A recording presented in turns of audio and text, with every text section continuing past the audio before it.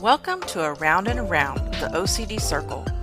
My name is Elizabeth, and I have been living with obsessive compulsive disorder for over 60 years. I am not a therapist or a member of the medical community. I am just an ordinary person like yourself who will be sharing my thoughts and experiences with you, with the hope that you will feel less alone. If you don't have OCD, I hope you will learn some information that will help you understand this disorder better. Some of the topics I will be covering may be triggering for you as a listener. If so, I apologize in advance. Since I don't know what your triggers are, please refer to the episode summary in the show notes before listening to each episode. If at any time you feel like hurting yourself or ending your life, please call the 988 Suicide and Crisis Lifeline by dialing 988 if you are in the United States. It is open 24 hours a day, and you will be connected with the nearest crisis center to receive immediate counseling and local mental health referrals. Now, on to today's episode.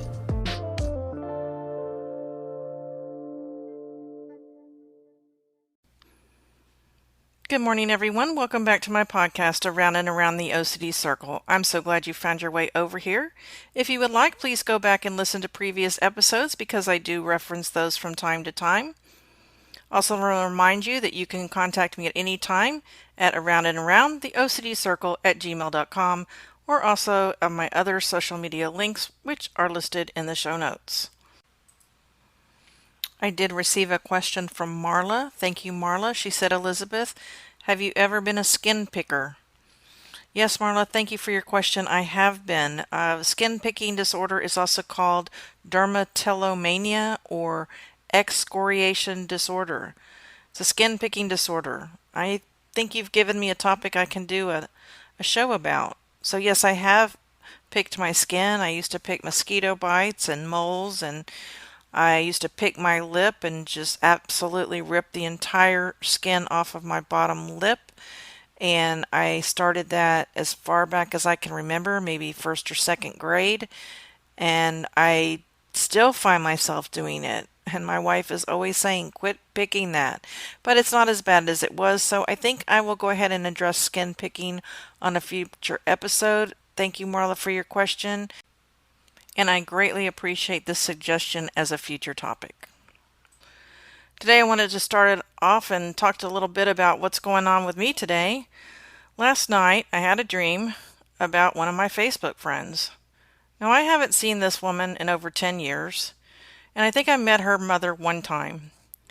She hasn't been posting about her mother on Facebook or anything like that, but last night for some reason I had a dream that her mother died. And when I woke up this morning, I was a little bit panicked. And so I spent today checking Facebook. I couldn't tell you how many times I checked it. Does this ever happen to you? There's not been one post from this woman saying anything's wrong with their mother. I used to do this with plane crashes. I used to have dreams or premonitions of planes crashing, and I always felt really guilty because I thought, I need to call somebody. I need to let somebody know that a plane is going to be crashing today, even though I had no idea where it would be. I think this might have started because one time I did have a dream of a plane crash, and there was a plane crash the next day. But anyway, so that's how I've spent my morning. And so I just hope you're having a good morning. And we're going to be talking today about panic attacks. And the reason I want to talk about it is because I had a panic attack on Monday. I rarely have them anymore. I have them maybe once every 4 to 6 months. Maybe twice a year I have a panic attack. And so I'm going to read to you from ChatGPT. That's what I've been using for references lately. About panic attacks, a definition is a panic attack is a sudden episode of intense fear or discomfort that reaches a peak within minutes.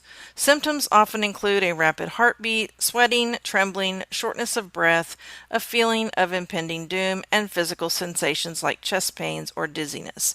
Panic attacks can occur unexpectedly or in response to specific triggers. They are a hallmark feature of panic disorder, but can also occur in other anxiety disorders or as a result of stress. It's important to note that while OCD and panic attacks are separate conditions, they can sometimes co-occur. For instance, someone with OCD might experience panic attacks related to their obsessive thoughts or during exposure therapy. Managing these conditions may require a comprehensive approach tailored to the individual's specific needs.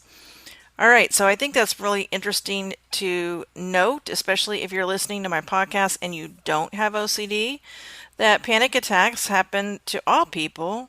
You don't have to have OCD to have a panic attack, but if you do have OCD, you're probably going to have them, and they are not fun. And I had one on Monday, so I'm going to talk a little bit about what happened, how I took care of it, what my plan is in the future. So Monday I went shopping, and I had quite a few things to get at the store. And the first thing I noticed was that it was extremely hot in the store. I mean, it's been over 100 degrees here for over 3 weeks. And I had a neck fan that I was wearing, and I turned the neck fan up to the second speed, but I was still hot, and that kind of started a little bit of anxiety for me. The next thing that happened was a woman was walking around with a very unusual hairdo, and I never seen it before. It was distracting to me. I kept looking around the entire time I was trying to shop, looking for her. It was as if I was trying to tell myself, did I really see that? And I'm not trying to shame the woman. If she wants to wear her hair that way, that's perfectly fine, but it just stuck in my head and I just could not get rid of it. So there was a little bit more anxiety there. So now I'm on from 1 to 10. I'm probably on like a 4 or 5 right now. Next thing that happened is a homeless woman walked up to me, and she asked me if I had a couple of bucks to help her buy a few things. And I looked in her cart and she had more than a couple of things. And I told her, which is true, I don't have cash. And she was smart and she said, well, can you charge them on your credit card? And I don't know, something just told me not to do it. I've done it in the past. I've bought things for homeless people in stores, but by then, like I said, my anxiety was already growing and I didn't want to do it. So I said no. And then she started going around to other shoppers and asking them the same question. And so, of course, my attention was taken away from shopping, looking around, seeing where she was, trying to hear what the other customers were saying to her. Fast forward, when it was time for me to check out, this homeless woman got very upset at the register. She started screaming really loud across the store and at the cashier, yelling at a woman across the store who may or may not have agreed to purchase some items for her, but it was very upsetting, and that pretty much topped off my day. So we're going to talk about what happened in the middle of that. So I was in a clothing store, and I do this thing where whenever I'm looking through pants, I have to touch the brand tag with my right index finger before I go to the next pair of pants. It slows me down. Well, I was doing it with tops as well on Monday, and I noticed that if I couldn't find the brand, I was actually taking the items off the hangers, looking for the brand, touching it, putting it back on the hanger, and putting it back on the rack. And it was totally pissing me off. I was so angry. I was so mad at myself, and I think that just about did it for me. So what did I do? What does a panic attack look like to me? Well, let's just talk about how a panic attack manifests itself for people. Again, I'm going back to Chat GPT here. So physical symptoms, they have physical symptoms, psychological symptoms, and behavioral symptoms. And if you've had a panic attack before, I would love it if you would message me and let me know. Tell me, if you know what triggers it or what kind of symptoms you have. I really want you to feel like you're not alone, and I don't want to feel alone. So physical symptoms are rapid heartbeat or palpitations. I don't really believe I get that one as much.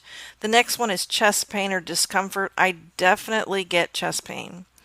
Shortness of breath or feeling of choking. I do get short of breath, but I do not feel like someone's choking me. Sweating or chills. I definitely sweat. Trembling or shaking. Yes, I tremble and I shake. Nausea or stomach discomfort. More nausea, I would say. Dizziness or lightheadedness. Not actually during the panic attack. Numbness or tingling sensations. I don't think I've ever had that symptom. Feeling of hot flashes or cold flashes. Well, I was already hot, so yeah, hot flash on this one. There's some psychological symptoms of a panic attack. Let's see what I have here, and you can tell me what you have. Intense fear or sense of a pending doom. I have had that. In this one, I did not. Feeling detached from reality or oneself. Fear of losing control or going crazy. I did feel like I was losing control. I was getting upset. I just wanted to get the hell out of the store. Feeling like you're dying or having a heart attack. I didn't feel that on Monday, but I have felt that in the past. I know I did talk about my worst panic attack ever in a few episodes ago. I was in Vegas, and I really did feel like I was having a heart attack during that one. Overwhelming sense of dread or terror. I am not really sure what that means to me. I don't think I ever really feel that. Maybe when I have them in the car, and we'll talk about that because I do get them in the car sometimes, and I am afraid because I can't figure out how to get home or I can't figure out how to get to the place. Irrational thoughts or fears. Yeah, I have that sometimes.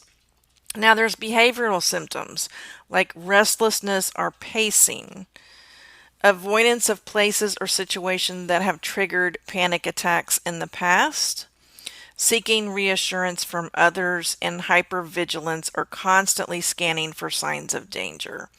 So some of those I have we're going to talk about that. So, how do I let's see, how do I handle well, let's just talk about what I did. So, I was having trouble breathing, my chest was hurting, I was sweating. I usually cry during panic attacks, but I didn't cry during this one. So what I ended up doing was leaving the store and going to sitting in my car with the air conditioner on full blast until I calmed back enough to go inside and pay. And I want you guys to know that it's okay to quit. It's okay to take yourself out of situations. I mean, that's really what I do. That's what I did when I was in the casino that time. I just wanted to leave the casino, get away from what was, triggering me, the patterned carpets. I didn't want to touch the lines with my feet. I remember that when we got back to the hotel, I actually jumped onto the bed. As soon as we got in the room, I jumped onto the bed so that my feet were no longer touching the carpet. And the rest of the night, my wife, my then partner, had to bring me everything because I refused to get down on the floor and touch the carpet. I still remember that. So, taking myself away from the situation, that's what I did.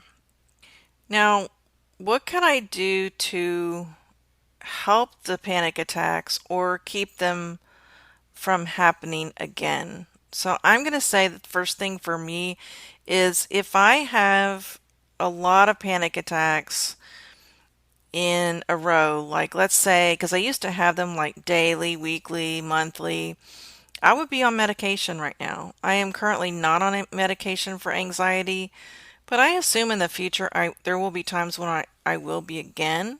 I'm just taking a break right now. Right now, I don't really feel like I need medication to manage my panic attacks, but that's one thing I really encourage you guys to do if you're having a lot of these attacks to, see a professional, possibly get on some medication, get into some therapy, get into some cognitive behavioral therapy, and maybe that will help lessen the recurrence of the panic attacks.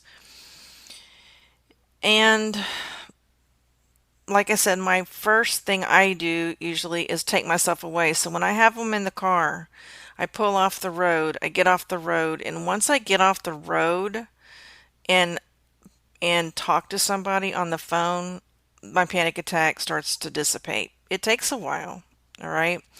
When I got home on Monday, I immediately sat down on the couch and I told my wife what had happened, and I thought I was fine. She listened. I thought I was good. I felt pretty calm. I felt pretty focused. I was having trouble focusing on the way home, but by the time I got home, I just felt like, okay, I have to go to work now, work remotely.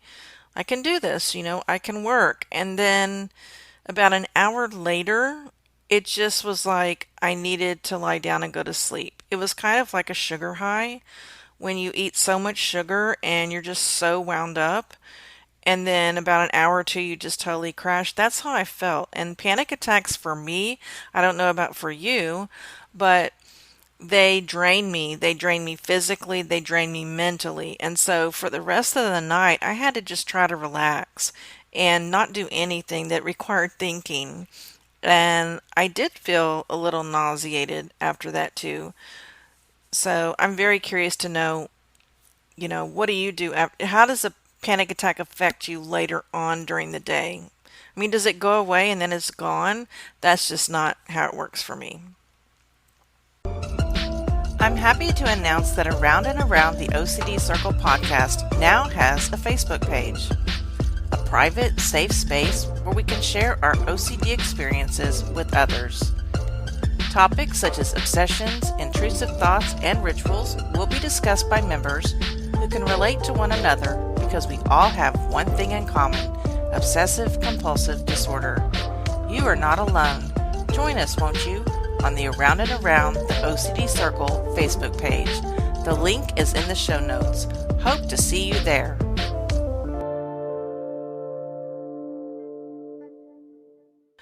Okay, so what I think I would like to talk about now is that if I would have left the store on Monday, let's say I would have left the store when my anxiety was at a level 2 or a 3, I don't believe my panic attack would have gotten any worse. And so I think I need this lesson from Monday's panic attack. In other words, I need to be more in tune with my body and my mind. So like, let's say it's a 1 to 10. So I was at a 1, it was hot. Number 2, the woman with the hairdo. Number 3 and 4, the woman who was homeless. Number 4 and 5, I was tapping the clothes. Number 6, I had to get in the line with the lady who was screaming. It just went up and up and up. It just snowballed. If I would have been in tune with my body and my mind, I would have left at a number 3 and said, you know what, this is not good for me. This could develop into a full-blown panic attack, and I need to get the hell out of there. So in a way, I don't feel like the panic attack was my fault, but I think I could have managed it better.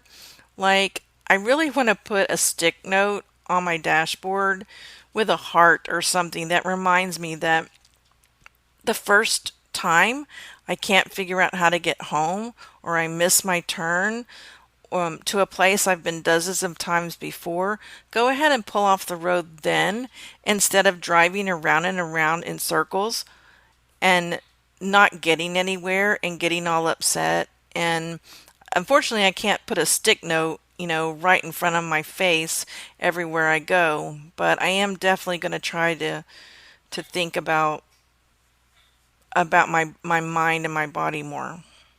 One other thing I do to prevent panic attacks for me is I listen to meditations on YouTube. I mean, you can find them anywhere: Spotify, iHeartRadio, Apple, wherever you get your podcast, right? But I listen to meditation. So for instance, I have a fear of the dentist because when I was at 12 years old, I had a really bad experience at the dentist.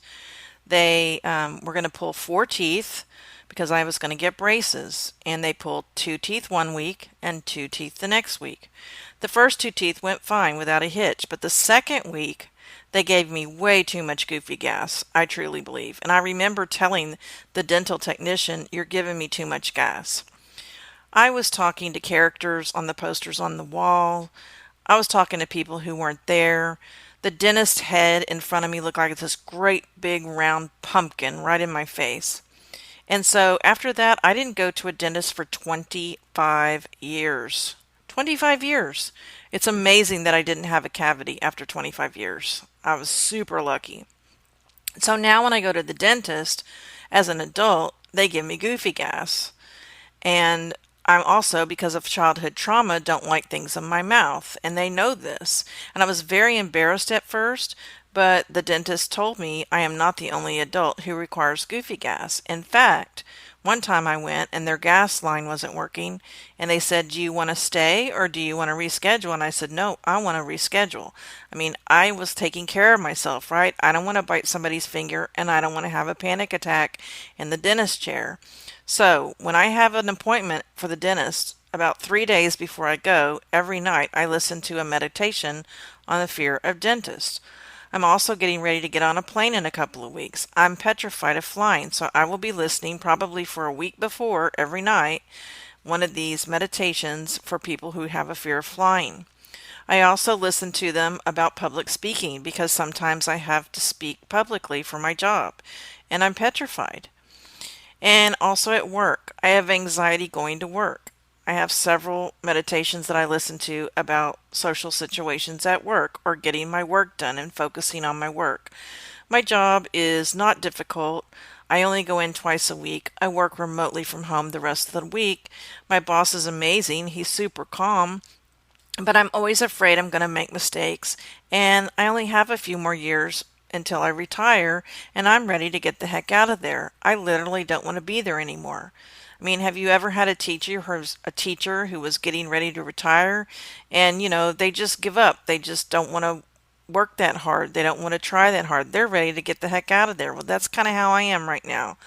Every night, the night before I have to go to work, I tell my wife, I don't want to go tomorrow. I want to call in sick. And she's like, no, you need to go. You need to face it. And so that's what I do. So I listen to a lot of meditations.